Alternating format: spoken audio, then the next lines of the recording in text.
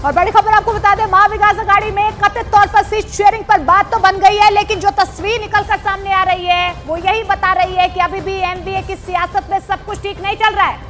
खबर यह है कि कांग्रेस नेता वर्षा गायकवाड़ सीट शेयरिंग के फॉर्मूले से नाखुश है, वो खुश नहीं है। जबकि पुणे में शिवसेना उद्धव गुट ने कांग्रेस उम्मीदवार का प्रचार अगले आदेश तक रोक दिया है।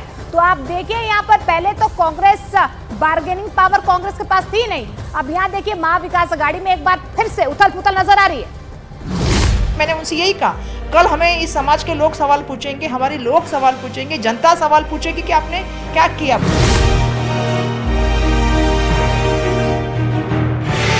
महाविकास अघाड़ी में all is not well.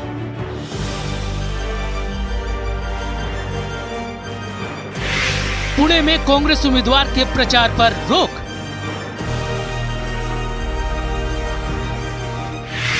Seat sharing पर नाराज कांग्रेस नेता वर्षा गायकवाड़।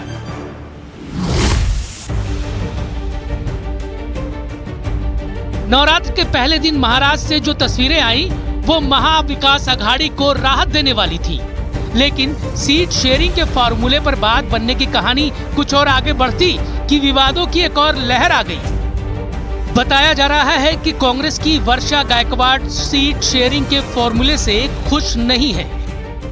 अगर वो नहीं होते हुए इसका फायदा अगर किसी और थर्ड पार्टी को होता है और जिसका नुकसान समाज को सहना पड़ता है, क्योंकि मैंने उनसे यही कहा, कल हमें इस समाज के लोग सवाल पूछेंगे, हमारे लोग सवाल पूछेंगे, जनता सवाल पूछेगी कि आपने क्या किया।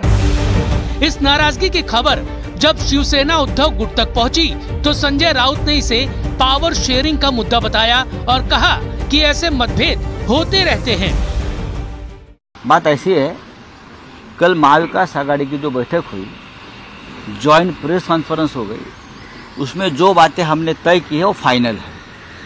अब महाविकास आघाड़ी हो या यूटी हो, गठबंधन हो, ऐसी राजनीति में जब सीट शेयरिंग का मामला आता है या पावर शेयरिंग का मामला आता है तो इस प्रकार से कुछ जगह पर मतभेद होते हैं। आज की बात नहीं है, लेकिन हम अगर कोई ऐसा मामला आता है हम सब मिलकर उसके ऊपर निर्णय लेंगे।